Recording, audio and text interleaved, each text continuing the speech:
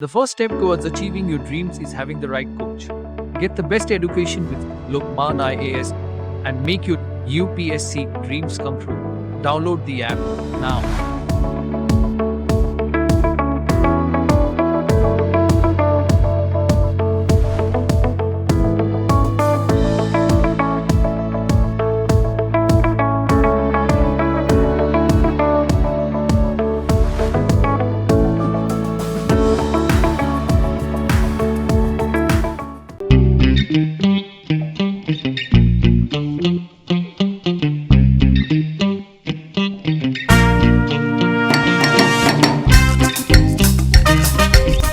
That I started my life as a probationer in the LBS National Academy of Administration, and then I ended my career as the director of the Lal Bahadur Shastri National Academy of Administration. तो मेरे ख्याल में तो भारत में सबसे उम्दा अगर कोई पोजीशन है भारत के राष्ट्रपति के I mean obviously the position of the president is the best, but उसके बाद अगर कोई पोजीशन है तो वो director of the academy. It's not just glamour. There is also a lot of hard work, there's also a lot of frustration at times, and there's also a lot of negotiation, a lot of contests that you have to face day in and day out.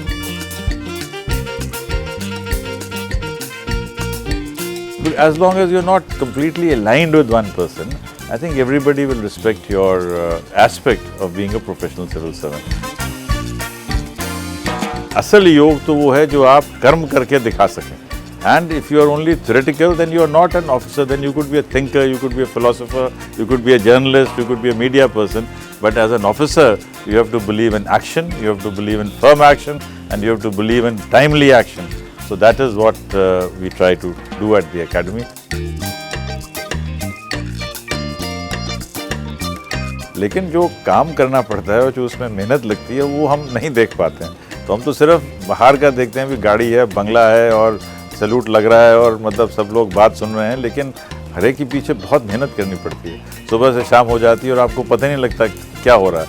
अपने बच्चों के birthdays आप miss कर जाते हैं, आप अपने parents के साथ आपका टाइम बहुत कम हो जाता है. डिस्ट्रिक्ट मजिस्ट्रेट के लिए छुट्टी लेना तो असंभव है. देखिए, सबसे इम्पोर्टेंट चीज़ तो ये है कि अगर इस देश को जानना है, अगर इस देश को समझना है, अगर इस देश का पूरा भ्रमण करना है और अगर हर सेक्शन ऑफ सोसाइटी के साथ आपको इंटरैक्ट करना है, तो इससे बेटर कोई सर्विस या सर्विसेज हो नहीं सकती. I am Sanjeev Chopra. I superannuated last year as the director of the Lal Bahadur Shastri National Academy of Administration at Missouri.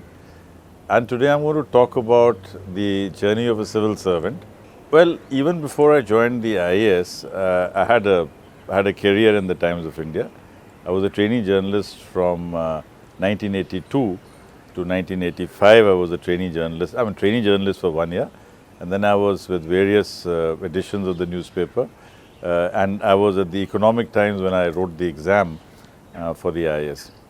Exam लिखने की भी एक मज़ेदार कहानी है, क्योंकि जब मैं 22-23 साल की उम्र में अपने पिताजी के पास अपने लीड आर्टिकल्स लेके गया इकोनॉमिक टाइम्स में, तो he said, well this is all fine, but if you have the capability, why don't you crack the civil services exam. तो ऐसे ही मैंने कहा, ऐसे do you think I can't crack it. ऐसे सब कहते हैं कि हम क्रैक कर लेंगे, लेकिन if you have it then you do it.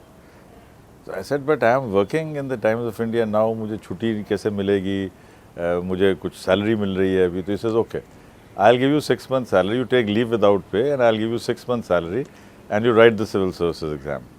So more of a challenge actually, more of a challenge on whether I can clear the exam or I cannot clear the exam. It was more of a challenge with my father that I took the exam, and this was actually asked in the interview board also. In fact, the chairman said that, why did you take the exam?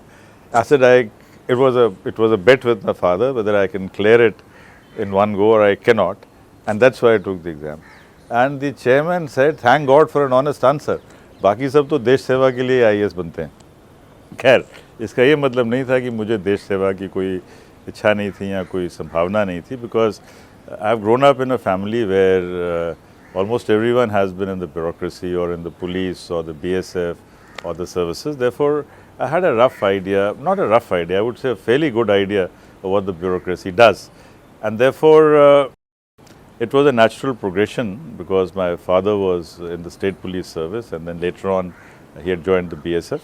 So it was I wouldn't say a very, it was a transition was pretty smooth. और फिर जब हम Mussoorie academy पहुँचे for our foundation course, it was a dream world. It was such a lovely time to be in Mussoorie. We were all young and we really bonded very well. और in fact, जो foundation course की जो यादें हैं, जो foundation course की memories हैं, वो तो I think till such time as one lives, one would always remember the friends from foundation courses, from the foundation course, the trek, the village visit, the plays, the debates, the elections that we fought. Because foundation course में elections भी होती हैं. You contest for officers mess, for officers club, contemporary affairs, fine art society.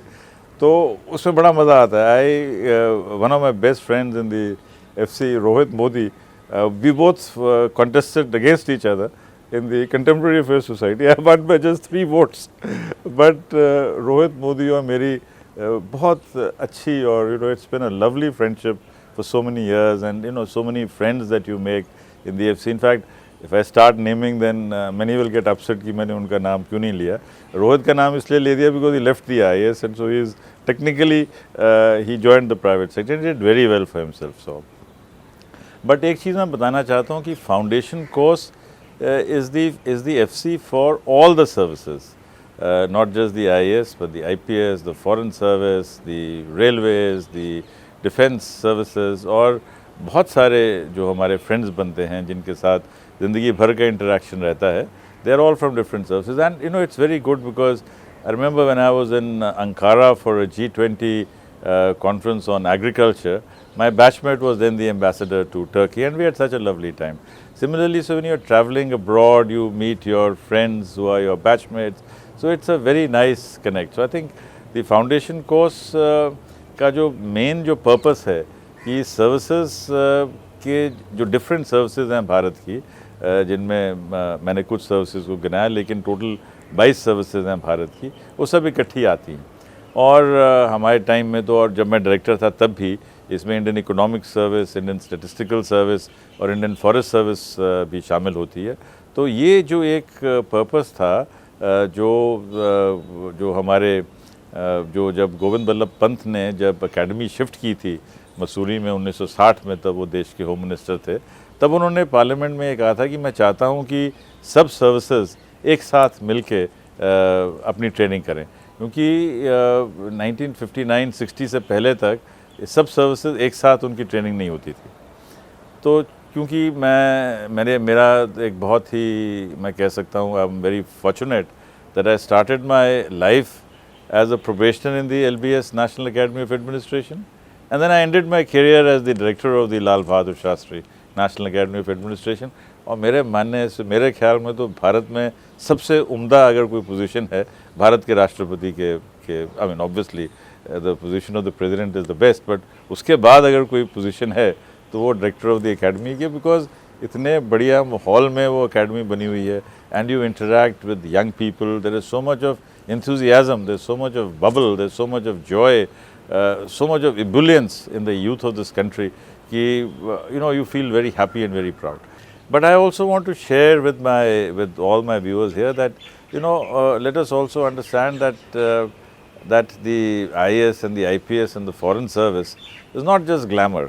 There is also a lot of hard work, there's also a lot of frustration at times, and there's also a lot of negotiation, a lot of contests that you have to face day in and day out, because administration, especially public administration, is always complex.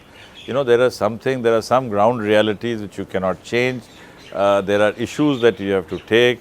There is political intervention which I think will be there, because let us face it that the MLAs and the MPs and the other elected representatives, I mean, they receive feedback from many thousands of people, and therefore they have some concerns. Some of those concerns are legitimate, some of those concerns are difficult to accept.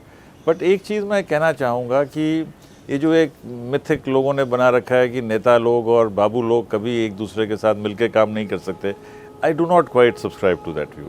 You see, I have worked with all political parties in this country, except the DMK, because I never DMK or AIDMK, because I was never posted I was never in the state governments in the southern region.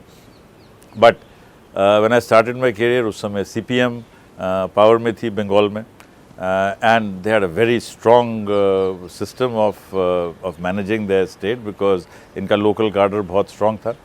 मेरी posting रही 4 साल Darjeeling district में, जहाँ CPM का कोई influence नहीं था और जहाँ पे जीएनएलएफ मूवमेंट थी और जहाँ पे बिल्कुल एक माहौल था जिसमें we had to fight terrorism and it was a tough job, but I enjoyed that as well. तो वहाँ पे सीपीएम का कोई इन्फ्लुएंस नहीं था, लेकिन लोकल जीएनएलएफ लीडरशिप के साथ एक नेगोशिएशन, एक देता का होना ज़रूरी था. फिर दोबारा was posted to Cooch Behar, जहाँ पे फॉरवर्ड ब्लॉक पार्टी का बहुत ज़बरदस्त होल्ड था. Although forward block was an alliance partner of CPM, लेकिन वो सीपीएम के साथ हर बात पे झगड़ती थी. 3 बीघा जब ट्रांसफ़र हुआ बांग्लादेश में 1992 में, उस समय मैं वहाँ का एडीएम था और नक्शे बनाने में, लीगल ट्रीटी समझने में मुझे बहुत अच्छा लगा. फिर मैं मसूरी एकेडमी आया as a deputy director. That was a very very nice time. I mean, I've always enjoyed teaching, so I liked. तो यहाँ पे मैं 6 साल मैंने प्राध्यापन किया and I enjoy teaching.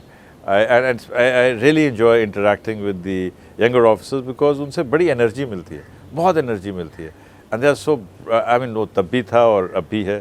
तो ये समय 6 साल वहाँ निकल गए. इसी दौरान मुझे 2 फेलोशिप्स मिली. मैकनमारा फेलोशिप मिली वर्ल्ड बैंक की और ह्यूबर्ट एच हम्फ्री फेलोशिप मिली कॉर्नेल में, जहाँ मुझे पढ़ने का मौका मिला, फेलोशिप पीरियड मिली. वहीं से फिर मुझे मर्टन कॉलेज ऑक्सफोर्ड जाने का भी मौका मिला, जहाँ एक वर्कशॉप थी on biotechnology and the future. और ब्रुकिंग्स इंस्टीट्यूशन में 2 महीने स्टीफन कोहन के साथ, जो एक्सपर्ट हैं इंडिया और पाकिस्तान की फ़ौजों पे, उनके साथ काम करने का मौका मिला. और फिर क्या हुआ कि 2000 में उत्तराखंड बन गया. देखिए, बड़ी मज़ेदार बात यह है कि उत्तराखंड था ही नहीं जब मैंने सर्विस ज्वाइन की थी, और जब उत्तराखंड बन गया तो बहुत सारे लोग यूपी से उत्तराखंड आने के इच्छुक नहीं थे, बिकॉज सबकी फैमिली शायद लखनऊ में सेटल थी. तो there was a major crisis of officers in Uttarakhand. तो भारत सरकार ने कहा कि भाई जो भी 6 से 16 साल की जिनकी सर्विस है, अगर वो उत्तराखंड, छत्तीसगढ़ या झारखंड डेपुटेशन पे आना चाहें तो वो फटाफट अपना ऑप्शन भर दें. तो मेरे डायरेक्टर थे वजाहत हबीबुल्ला साहब, उनके बैचमेट थे तब चीफ सेक्रेटरी उत्तराखंड अजय विक्रम सिंह. तो उन्होंने कहा चलो लेट्स गो टू. ऐसे ही एक दिन उनके साथ मैं डायरेक्टर साहब के साथ उनके बैचमेट को मिलने चला गया चीफ सेक्रेटरी के ऑफिस में उत्तराखंड में. तो उन्होंने कहा कि why don't you come and join Uttarakhand, and if you join Uttarakhand now you will become secretary to 2 or 3 departments. If you go back to West Bengal, तो आपको तो भी 5 साल लगेंगे सेक्रेटरी बनने में. और secretary to a state government is secretary to a state government, whether you are in Uttarakhand or in West Bengal, it doesn't matter. So that's how my journey to Uttarakhand started, and I started as the secretary of rural development, panchayats, rural engineering services and horticulture. And उसके बाद में cooperatives add हुआ मेरे portfolio में. और 1.5 साल के बाद, in fact no more than that, after about 17-18 months, I was made the Secretary Industries and Secretary Information Technology to the government of Uttarakhand. The Chief Minister then was Mr. Narayan Dutt Tiwari. Now that I think is a high point in my career because I got the chance to implement the concessional industrial package for Uttarakhand, which was given so that Uttarakhand can have enough resources, adequate resources. सो उस package को implement करने में बहुत मेहनत करनी पड़ी. लेकिन I remember that and we are talking about 2002-2003 when 10,000 crores had a lot of value, you know, so it will be about 100,000 crores today. So chief minister ने टारगेट दिया था कि तो कितनी इन्वेस्टमेंट हमें चाहिए उत्तराखंड में. तो I just said sir will try for 10,000 crores. तो मेरे जो अपनी एक सर्विस लाइफ में जो मेरी दूसरी किताब थी, उसका नाम था 10,000 crores, a personal memoir of industrialization in Uttaranchal. उससे पहले I wrote a book, Food for Thought, the policy perspectives for the SAARC region, which was published in England, but that's more of an academic book based on my research on the McNamara Fellowship. खैर तो 3 साल मैंने IT और industries देखा और मुझे बड़ा मज़ा आया एनडी तिवारी जी की स्पीचेस लिखने में. I really enjoyed writing speeches for him, and he would have to speak at various conferences, various things. Or speech writing is also a very interesting task because you have to get into the mind of whoever you're writing the speech for.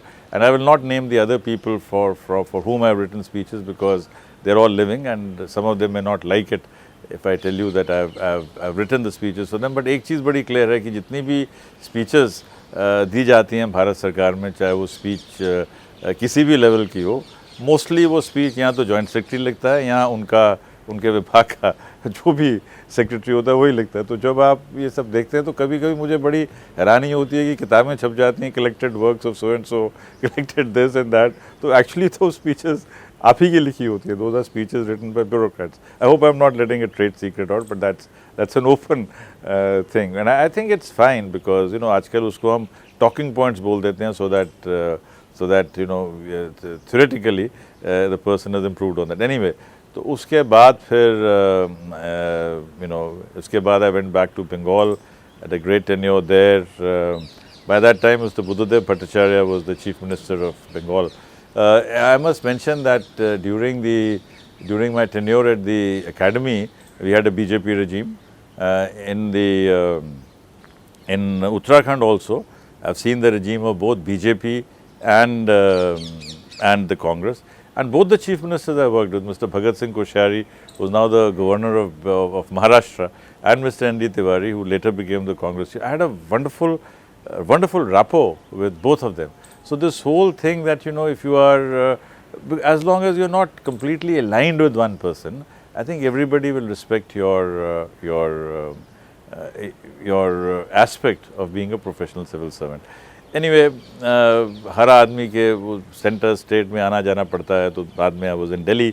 I enjoyed my tenure as the Ministry of Agriculture, especially international cooperation, NEFED, NHB, और फिर back to West Bengal again as additional chief secretary of agriculture first, then DG of ATI, and then also as additional chief secretary, commerce and industry. You see, actually my interest has always been in agriculture and rural development and training. But for whatever reasons, I have been posted to industries department many times. And I've enjoyed that also. Because, and I don't think there's a contradiction between the growth of agriculture and the growth of industry. This whole approach of binaries, कि अगर ये होगा तो ये नहीं होगा, ये होगा तो वो नहीं होगा. I think we got to, as civil servants, we got to grow above this. Every sector is important, and whenever you get the chance to do anything, you should enjoy that. And finally, I must say that the crowning glory of my career has been as the director of the Lal Bahadur Shastri National Academy of Administration. I was so fortunate to get this position on 1st January 2019, and I have enjoyed each moment of it. Now let me tell you something कि हम academy में क्या करते हैं और हमारा उद्देश्य क्या है. देखिए, academy का जो motto है वो है शीलम परम भूषणम. That is, that humility, and that is a very important trait for a person who is in a position of strength. That's the greatest adornment. तो मैंने आपको भी पहले फाउंडेशन कोर्स के बारे में तो बताया, लेकिन ये 3.5 महीने की जो ट्रेनिंग होती है, इसके बाद में फिर हर सर्विस अपनी अपनी ट्रेनिंग एकेडमी में चले जाते हैं. जैसे the police officers, they go to the Sardar Patel academy at Hyderabad, the income tax, they go to Nagpur, audit account goes to Shimla, postal service comes to Ghaziabad, and so on and so forth. But after that, we have for the IAS officers the Bharat Darshan or the winter study tour, which starts with an attachment with the army. For 2 to 3 weeks, the officers are sent to remote locations to spend time with the infantry divisions. तो 1 साल की district training होती है, उसके बाद में फिर the officers come back to phase 2, where we have another interaction with them, where they reflect upon what they have learned in the districts and then we try to put it in a theoretical format. देखिए academy में जो focus है that's on teamwork, that's on consensus building, and that's on understanding how to listen and how to communicate, because that is what makes a great officer. You know, it is not your intellectual excellence which will make you great, because बहुत लोग बहुत bright हैं. IAS को, IPS को, foreign service को, हम सबको एक टीम में काम करना होता है. We have to work with people, and working with people is also some of it is natural, but it is also skill which has to be developed, and that is what we try to do in the academy, because at the end of the day the motto of the IAS is yoga karma su kaushalam, that yoga is skill in action. और ये भागवत गीता की जो 50th verse है second chapter में उससे लिया गया है कि असल योग तो वो है जो आप कर्म करके दिखा सकें. And if you are only theoretical, then you are not an officer. Then you could be a thinker, you could be a philosopher, you could be a journalist, you could be a media person. But as an officer, you have to believe in action, you have to believe in firm action, and you have to believe in timely action. So that is what we try to do at the academy. Challenge का जो सवाल है वो अपने perspective पे depend करता है. हम एक्सपेक्ट क्या करते हैं, हम आईएएस से या किसी भी अपनी जॉब से हम क्या एक्सपेक्ट करते हैं. क्या हम इसमें बहुत शोहरत चाह रहे हैं, क्या हम इसमें पैसा चाह रहे हैं, हम क्या चाह रहे हैं. अगर हम बहुत क्लियर हैं कि हमें प्रोफेशनली अपना काम करना है तो बहुत ज़बरदस्त चैलेंज होते नहीं है, क्योंकि आपको अगर एक जॉब पसंद नहीं है तो आपको दूसरी जॉब मिल जाएगी. देखिए 311 और 312 जो हमारे दो जो मूल जो कॉन्स्टिट्यूशनल गारंटी जो मिली हुई है सिविल सर्विस को, इसके बाद में कोई मेजर चैलेंज नहीं है हमारे लिए. अगर हम पॉलिटिकली इंक्लाइंड नहीं हैं, अगर हम करप्ट नहीं हैं, या अगर हमारी कोई वेस्टेड इंटरेस्ट नहीं है, तो फिर किसी से डरने की कोई बात नहीं है. क्या होगा, इनफैक्ट बहुत सारे लोग स्टेट गवर्नमेंट्स में जब चीफ मिनिस्टर आपसे नाराज़ हो जाता है या हो जाती हैं तो कहते हैं चलिए हम आपको ट्रेनिंग इंस्टीट्यूशन में भेज देते हैं. उससे बढ़िया चीज़ क्या हो सकती है. ना आपसे नाराज़ हो जाएंगे तो कहेंगे कि चलो हम आपको ट्रांसपोर्ट से रूरल डेवलपमेंट में भेज देंगे. तो क्या प्रॉब्लम है. चैलेंज तो तब है अगर आपकी ज़िंदगी में आपने मकसद बना लिया कि मुझे सिर्फ 1, 2 या 3 विभागों में ही रहना, तब चैलेंज है. अगर आप किसी भी असाइनमेंट को लेने के लिए तैयार हैं तो कोई मुश्किल है ही नहीं सिविल सर्वेंट के लिए. देखिए मैंने जैसे पहले कहा कि जो पहला जो चरण है फाउंडेशन कोर्स, इसमें तो the whole purpose is to develop the spirit the core. तो इसमें एकेडमिक एक्सेलेंस तो है, लेकिन जो फोकस है वो है वर्किंग टुगेदर पे, वो है एक दूसरे के साथ हम कैसे मिल के टीम वर्क कर सकें, ग्रुप वर्क कर सकें, कैसे कम्युनिकेट कर सकें, कैसे हम अपने जो हमारे जो इनिशियल थॉट्स हैं उनको कैसे ब्रेक कर सकें. और 2019 से तो जो आरंभ प्रोग्राम स्टार्ट किया प्रधानमंत्री जी ने, उसके बाद से तो सब सर्विसेज के लोग इकट्ठे होकर हम सब स्टैचू ऑफ यूनिटी पे जाते हैं, और वहाँ पे सरदार पटेल की स्टैचू के पास ही जो बना हुआ है, जो कॉम्प्लेक्स बना हुआ है, उसमें ट्रेनिंग होती है जिसमें दुनिया भर के थॉट लीडर्स, वर्ल्ड बैंक और बाकी जो भारत सरकार के सेक्रेटरीज़ हैं और कंट्रीज़ के जो थॉट लीडर्स हैं वो सब आते हैं. तो purpose is basically to expose you to the best of the people in their field in the world. That is the foundation course. और जो फेज़ 1 जब आ जाता है तो उसके अंदर आईएएस के जो प्रोबेशंस होते हैं उनको स्पेसिफिक्स जो जैसे लॉ है, तो लॉ के अंदर जो चीज़ें लॉ में एक यंग ऑफिसर के लिए ज़रूरी हैं, जैसे सीआरपीसी हो गया, एविडेंस एक्ट हो गया, आगे आईपीसी का भी काफ़ी कोर्स था, अब आईपीसी का सिलेबस थोड़ा कम हो गया है, और बाकी सिविल प्रोसीजर कोड हो गया. अब पब्लिक एडमिनिस्ट्रेशन के अंदर ऑर्गेनाइजेशन क्या है, ह्यूमन रिसोर्स मैनेजमेंट क्या है, ऑर्गेनाइजेशन क्या है, डिस्ट्रिक्ट एडमिनिस्ट्रेशन कैसे चलती हैं, बाकी जो स्टैट्यूटरी बॉडीज़ हैं देश की वो कैसे हैं. लेकिन मेरे ख्याल से तो जो ये एकेडमिक कंपोनेंट है, this is part of a much larger overall bearing कि आप एक अच्छे अफसर कैसे बन सकते हैं. तो इसलिए ज़्यादा फोकस जो रहता है वो है इंटरेक्शन पे, जो विजिटिंग फैकल्टी है उसके साथ, जो हमारे सीनियर्स हैं उनके साथ जो इंटरेक्शन होती है उस पर ज़्यादा फोकस रहता है.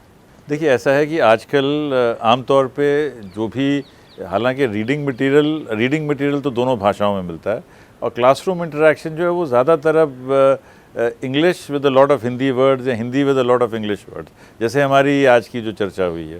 तो मुझे लगता है कि भाषा को लेकर कोई बहुत ज़्यादा समस्या इसलिए नहीं है. इनफैक्ट ऐसा कोई इनफैक्ट अब तो जो विजुअली चैलेंज हैं उनके लिए भी फैसिलिटी हो गई है, because both through the software and through the braille. So effort is to make everything very very inclusive. और ऐसा कोई मेजर इंस्टेंस नहीं हुआ है जब रीडिंग मटेरियल हम हिंदी में उपलब्ध ना करा पाए हों। देखिए ऐसा है कि जो डिस्ट्रिक्ट मजिस्ट्रेट की लाइफ है, यहाँ जो डायरेक्टर एकेडमी की लाइफ है, यहाँ जो भारत सरकार के सचिव की ज़िंदगी है, उसमें जब आप इसका एक्सटर्नल पिक्चर देखते हैं तो लगता है कि लाइफ कितनी बढ़िया होगी। क्योंकि बहुत डिस्ट्रिक्ट मजिस्ट्रेट की लाइफ अगर हम देखें तो शहर का सबसे बढ़िया बंगला, उस बंगले में शायद कभी जैसे मुर्शिदाबाद में ही वो कभी लॉर्ड क्लाइव के लिए बना था, उसके अंदर में अब सर्किट हाउस भी है। तो as district magistrate you have your very smart vehicle, आपके पास एक, अगर आप एक रिवराइन डिस्ट्रिक्ट में हैं तो आपके पास शायद एक बढ़िया सी यॉट भी होगी। लेकिन जो काम करना पड़ता है और जो उसमें मेहनत लगती है वो हम नहीं देख पाते हैं। तो हम तो सिर्फ बाहर का देखते हैं, भी गाड़ी है, बंगला है और सैल्यूट लग रहा है और मतलब सब लोग बात सुन रहे हैं, लेकिन हर एक के पीछे बहुत मेहनत करनी पड़ती है। और मैं तो सच में 1.5-2 साल के बाद मुझे लग रहा था कि अब यहाँ से मुक्ति मिले, क्योंकि सुबह 6-7 बजे से टेलीफोन शुरू हो जाते हैं और रात के 9-10 बजे तक आपको लोगों से मिलना है, समस्याएं सॉल्व करनी है और इतना काम है करने को कि अगर आप उसमें जुट जाएं तो फिर उसका कोई अंत नहीं है। अब तो खैर अच्छी बात ये होगी कि रोड कंडीशंस काफ़ी ठीक हो गई हैं, लेकिन हमारे टाइम में तो रोड कंडीशंस बहुत ख़राब थी और यहाँ जिप्सी होती थी, यहाँ एम्बेसडर कार होती थी। आज शायद थोड़ा ईजी हो गया हो, लेकिन आज की डेट में कॉम्प्लिकेशंस बढ़ गई हैं, क्योंकि नंबर ऑफ़ स्कीम्स बढ़ गई हैं, नंबर ऑफ़ काम बढ़ गए हैं और जो सबसे इम्पॉर्टेंट चीज़ है, एक्सपेक्टेशंस इतनी बढ़ गई हैं कि उनको फुलफ़िल करने में तो जिसको कहा जा सके कि सुबह से शाम हो जाती है और आपको पता ही नहीं लगता क्या हो रहा है। अपने बच्चों के बर्थडेज़ आप मिस कर जाते हैं, आप अपने पेरेंट्स के साथ आपका टाइम बहुत कम हो जाता है। डिस्ट्रिक्ट मजिस्ट्रेट के लिए छुट्टी लेना तो असंभव है। तो खैर पेरेंट्स भी मेरे पास आ गए थे मुर्शिदाबाद में, तब भी वही उनकी यही शिकायत रहती थी कि हम आ तो गए हैं आपके पास, लेकिन अब बात ही नहीं हो पा रही है आपसे। तो ये बहुत मुश्किलें हैं, स्पेशली जब बच्चे तब छोटे होते हैं, एक्सपेक्टेशंस होती हैं स्पाउसेस की एक दूसरे से, तो एक मुश्किल तो है, एक जद्दोजहद तो है इसमें। देखिए सबसे इम्पॉर्टेंट चीज़ तो ये है कि अगर इस देश को जानना है, अगर इस देश को समझना है, अगर इस देश का पूरा भ्रमण करना है और अगर हर सेक्शन ऑफ सोसाइटी के साथ आपको इंटरेक्ट करना है, तो इससे बेटर कोई सर्विस या सर्विसेज हो नहीं सकती। देखिए आईएएस में तो हमें झुग्गी झोंपड़ी क्लस्टर से लेके ट्राइबल विलेजेस से लेके 5 स्टार होटल में कॉन्फ्रेंसेस, वर्ल्ड बैंक के साथ मीटिंग, ये सब करनी ही पड़ती हैं। तो जिसको मैं कहता था कि मैंने कई बार भी कहा है, ये अच्छा सिविल सर्वेंट वो है जो अपने आप को कंफर्टेबल पाए 5 स्टार में भी और फुटपाथ पे भी। तो 5 स्टार टू फुटपाथ या फुटपाथ से 5 स्टार, अगर हमें हर किस्म की इंटरेक्शन करनी है और अगर हमें हर व्यक्ति की लाइफ में कुछ ना कुछ चेंज करने की हमारी अगर इच्छा है, तो इससे बेटर कोई और मौका हमें मिलेगा नहीं।